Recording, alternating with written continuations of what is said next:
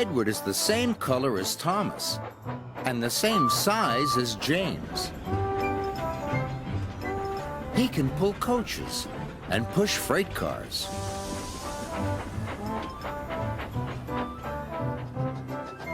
And he often works as a back engine. But Edward is old and not as strong as the other engines. So sometimes Edward feels left out. The Duke and Duchess of Boxford came to visit their new summer house. They came on their own private engine called Spencer. Spencer is big and silver and very fast. When Spencer pulled into Knapford, his driver had exciting news for him. "You have beaten Gordon's record," he said. "Of course," boasted Spencer. "I'm faster and finer than all the engines on Sodor put together." Sir Topham Hatt's engines were very cross. "Spencer's just a big silver show-off," sniffed Gordon, and everyone agreed. Sir Topham Hatt spoke to the engines. "Spencer will take the Duke and Duchess to their summer house. Another engine will take their furniture." Sir Topham Hatt's engine saw the chance for a race. "Please, sir," said Thomas, Percy, Gordon, and James all together. "May I go?" "You all have other work to do," boomed Sir Topham Hatt. "Edward will take the furniture." James and Gordon groaned. "Fancy sending a back engine to do an express engine's job," sniffed Gordon. "He'll lose the race and let the whole railway down," said James. Thomas and Percy were cross. Edward was their friend. "Spencer has a bigger boiler," said Thomas, "but that just means more hot air." "An honest steamy can beat a pouty puffer any day," added Percy. Edward set off. Slow and steady. "We'll do my best, we'll do my best," he puffed.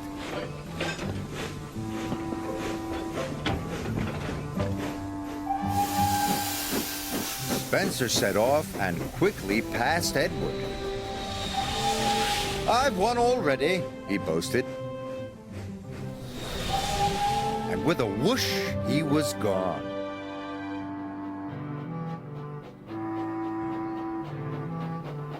Edward came to the bottom of a steep hill. The freight was heavy and he felt very tired.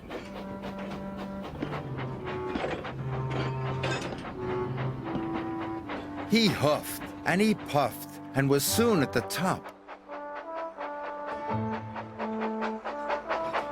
He could see Spencer in the distance and chased him at once.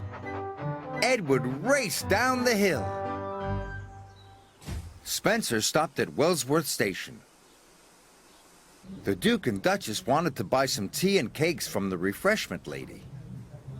Edward teetered into view. "Hurry, old boy," laughed Spencer. "Can't have you finishing too far behind me." Edward wished he could have a rest too, but the station master and the porters had heard about the race. "Hooray for Edward!" they cheered. Edward picked up steam and proudly puffed past Spencer. But then the Duke and Duchess finished their tea, and Spencer was off in a flash. He roared past Edward. Fastest and best, he boasted. Edward was nearly out of puff. The furniture felt heavier than ever.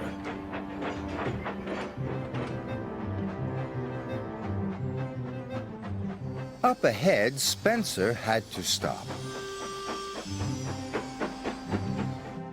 The Duke wanted to take some photographs of the countryside. The Duke set up his camera. Spencer closed his eyes. "Nothing to worry about," he said lazily.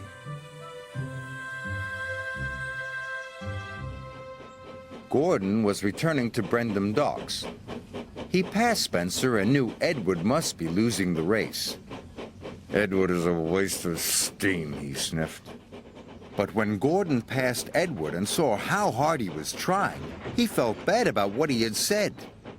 "Well done, Edward," he called. "You are a credit to the railway." Edward was so happy his boiler tingled. He found puff he never knew he had. The Duke and Duchess had finished taking photographs and were back on board. "Time to go," said Spencer's driver and rang the bell. But nothing happened. Spencer was dreaming of victory. He didn't hear the bell. And he didn't hear Edward puffing past him. Spencer's driver rang the bell again. When Spencer finally opened his eyes, he could see Edward heading towards the summer house. Nearly there, he gasped. Spencer took off as fast as he could.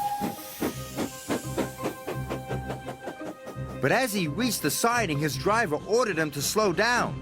"These are old tracks and you are a very heavy engine," he said. "You must go slowly." Spencer had no choice. He had to slow down. And he trundled slowly down the siding. With every click and every clack, he knew he had lost the race. Edward puffed toward the summer house. "I've won," he gasped. "I did it!" Edward felt like a really useful engine. "Hooray! I've won!" he cheered loudly. Edward felt like the pride of the Sodor Railway, and he was right.